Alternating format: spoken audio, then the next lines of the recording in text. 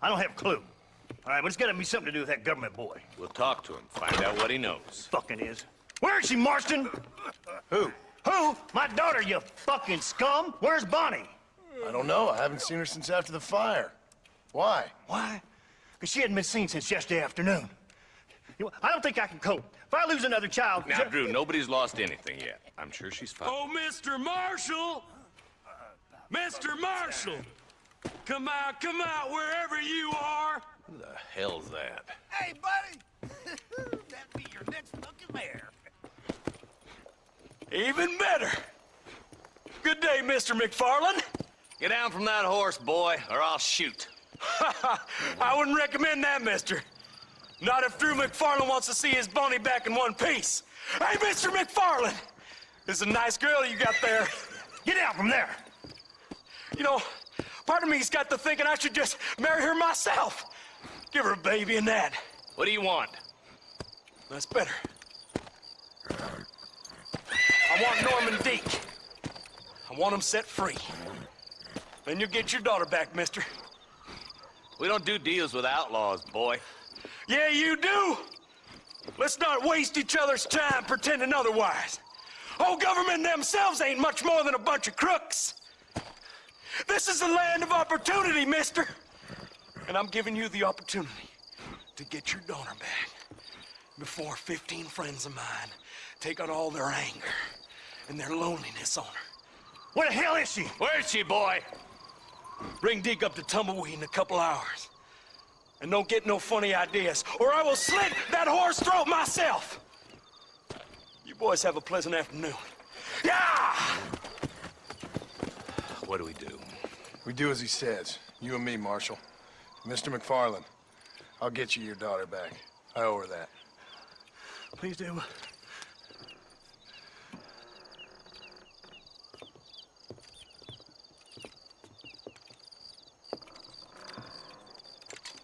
I'll teach you some respect for the law.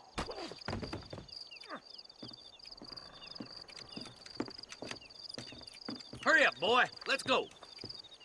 Quick as you can, Deputy. Make sure he's tied on good. Stay with me, Marston. I won't let anything happen to her, sir. Right. Let's go get Miss McFarland back. Come on! See, this is what happens when the Federals interfere in our affairs. Are you happy now? No, I ain't happy at all. And I already told you, I ain't with the government. Come on! We need to get to Tumbleweed!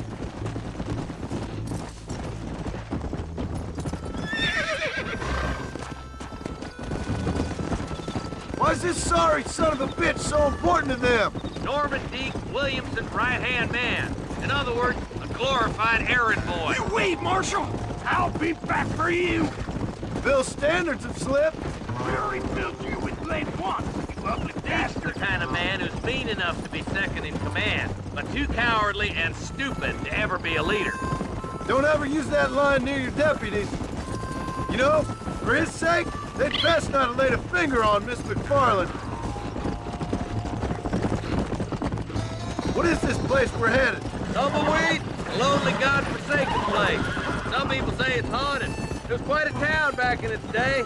Then they built the railroad to Armadillo and went clean past Tumbleweed. And that was that. Pretty soon everybody had up and left. Now it's just thieves, smugglers, and bandits.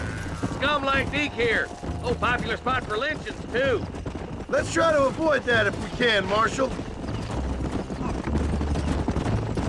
I just hope you're not taking advantage of the McFarland, Marston. They saved my life. Gave me food and bed when they had no idea who I was. I owe them more than I can ever repay. That's just they've been through a lot. Well, they're both vulnerable, different ways. I wouldn't have been running in and out of a burning barn to save their horses otherwise. I know you helped, just like you helped me. But you got your reasons for doing it. It's no secret why I'm here, Marshal. I told you the very first time I walked into your office. I trust you. It's just all this business with Blackwater and Williamson and Pat. I don't know. Sometimes it's hard not to have doubt. I understand. I never planned to be in the lawman business neither. How was this mess supposed to turn out? sending an outlaw to do the work of a lawman. That's madness. Ain't much difference between the two, as far as I can tell. There have to be rules, Marston. Even you must understand that. It's easy to make up rules, but they ain't much use if people don't understand why. Like my son. If I tell him not to do something, he'll do it anyways, just to spite me. If I punish him, he resents me for it. But if I show him why it's wrong, at least he has reason not to do it again. That's nonsense. Without laws, we're nothing more than animals. Just look at Deke here. Man has worked hard at civilization.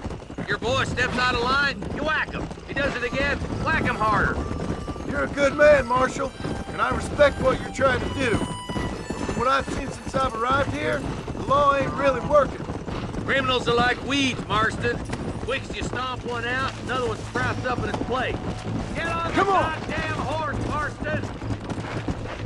Hurry up, Marston! We gotta get to Bonnie!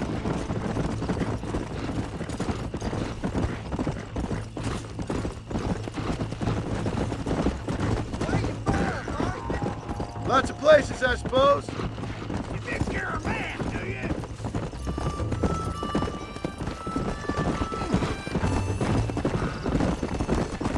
Only a coward hides behind a flag.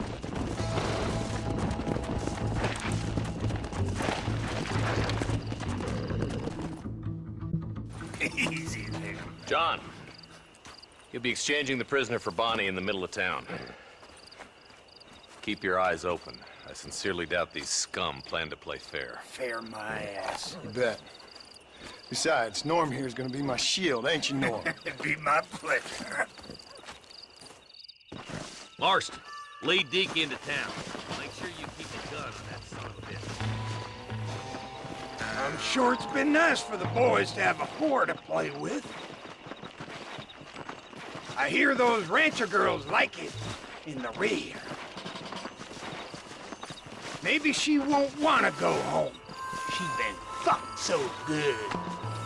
What are you waiting for? Untie me, fellers. Where's Bonnie?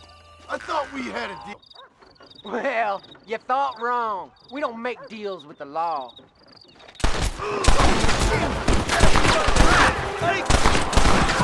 I'll kill all you fools! John, gotta get to Bonnie before they kill her.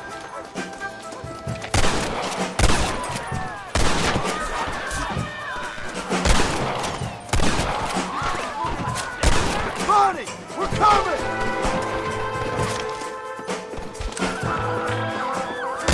Bonnie! Did you die, Bonnie? You fellas couldn't hit the ground with your hat!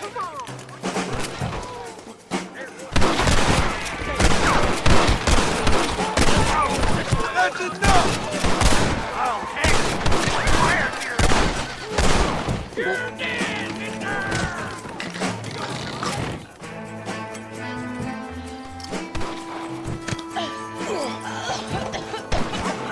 Get away from her!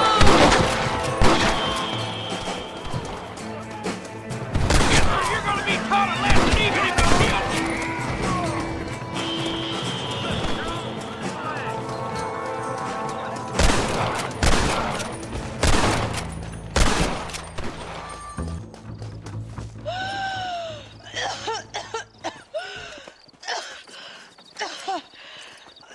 Bonnie, are you okay?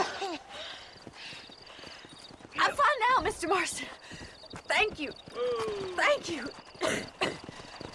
What the hell took you so long, you stupid man? Well, you weren't exactly helping me. If you think I'm gonna lower myself by making a joke about being all tied up, you got another thing coming. Come on.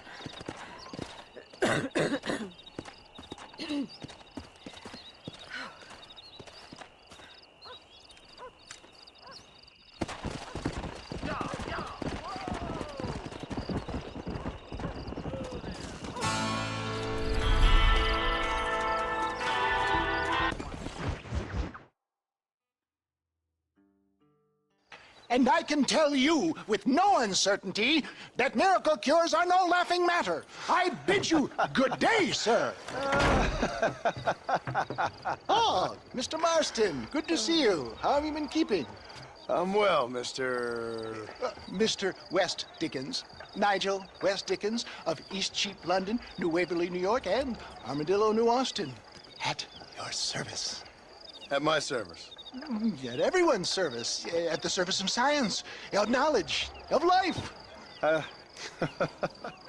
are your wounds? Much, much better. But then they would be. Would be... I know a cure for all ailments, Mr. Marston.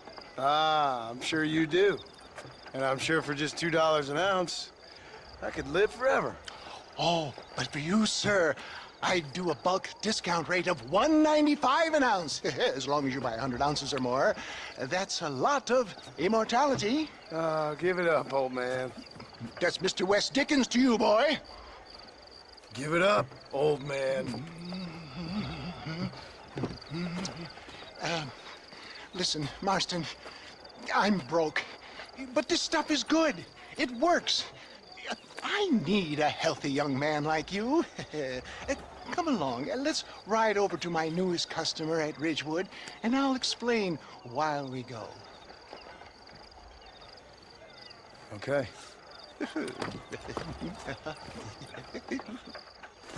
All right, John, let us make haste for Ridgewood Farm.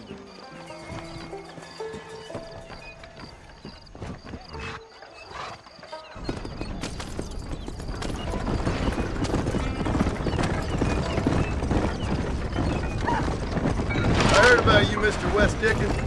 And I about you, John Marston. Hoodwinking the weak, gullible out of their hard-earned money. For the love of God, try to stay on the road.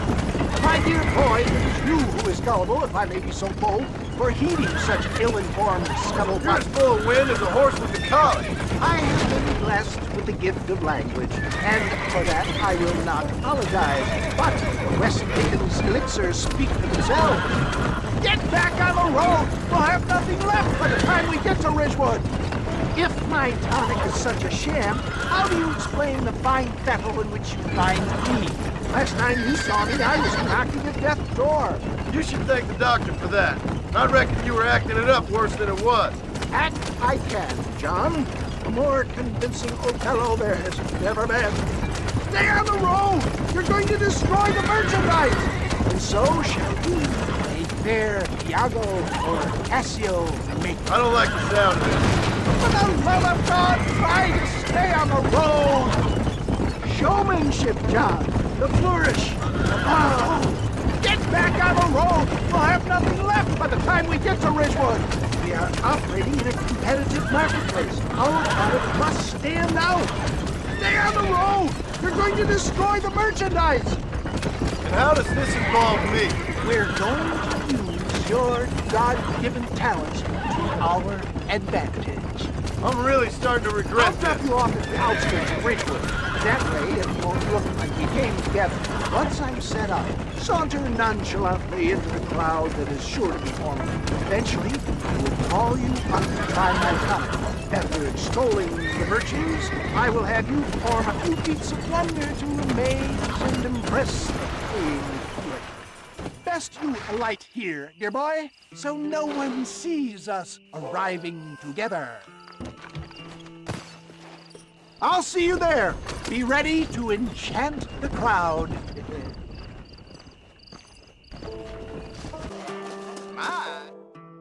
Friends, hard-working souls of Chola Springs, gather round, gather round.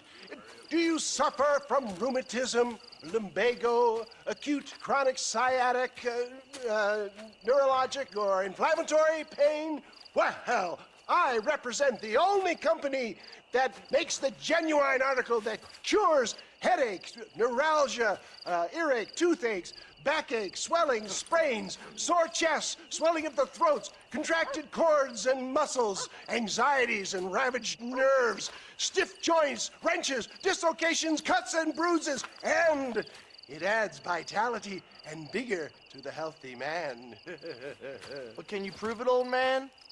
Oh, I'm sure there's some customer here who could prove the qualities of its by taking a drink right now. You, sir, come up here. Step right up.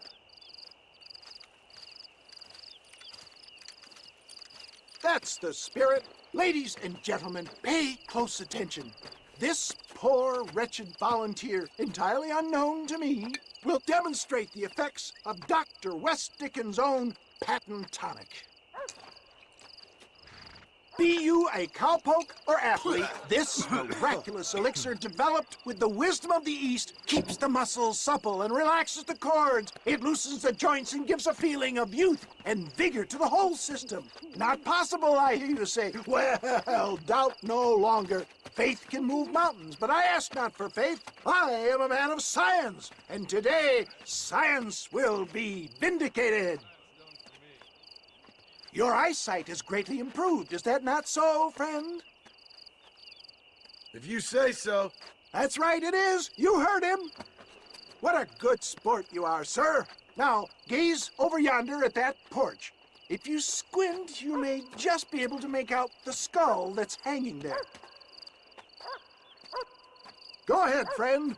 Shoot that skull and demonstrate the miraculous eyesight you now possess.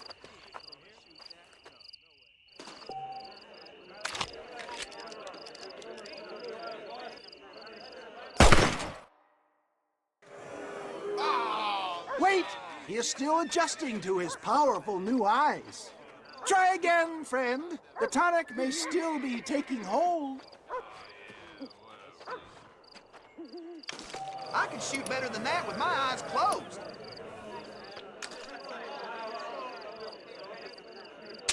Remarkable! The eyesight of an eagle, granted by imbibing Dr. West Dickens' own patent tonic.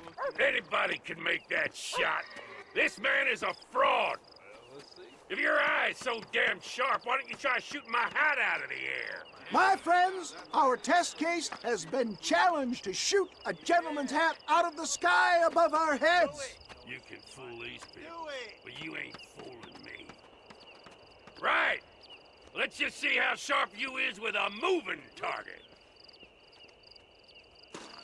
Steady yourself, stranger.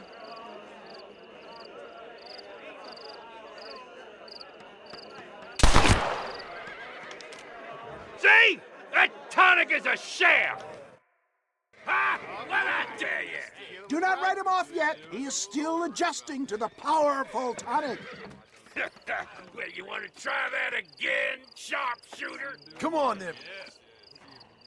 To shoot that hat.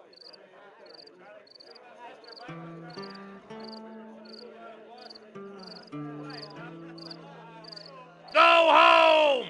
Have you ever seen such an eye? Behold the power of the elixir, plucked out of the sky. Hey! Hey! What? You think you can put a hole in a man's hat and just walk away, do you? Well, it don't work like that around here, mister. Come on! Are you a man or not? A challenge of battle has been offered to our volunteer. Let the battle commence!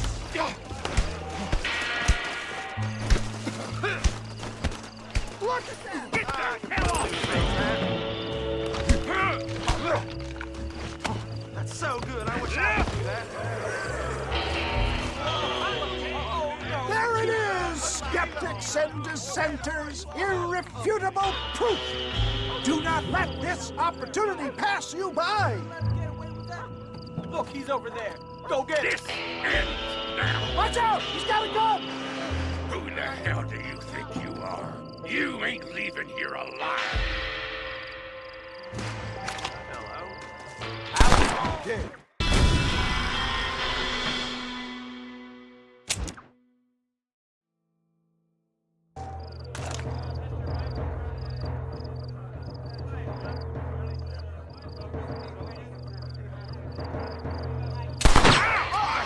Marvelous shot, dear boy.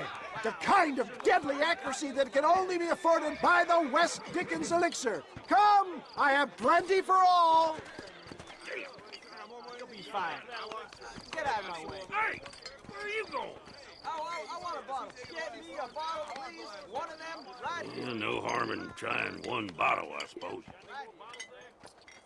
Well, I think that went kind of well, don't you? I'm just glad that my normal job involves either chasing after cattle or murderers. Not the likes of you, mister. Don't be like that. Now, if you'll excuse me, I'd like to say my goodbyes, head on back to the real world.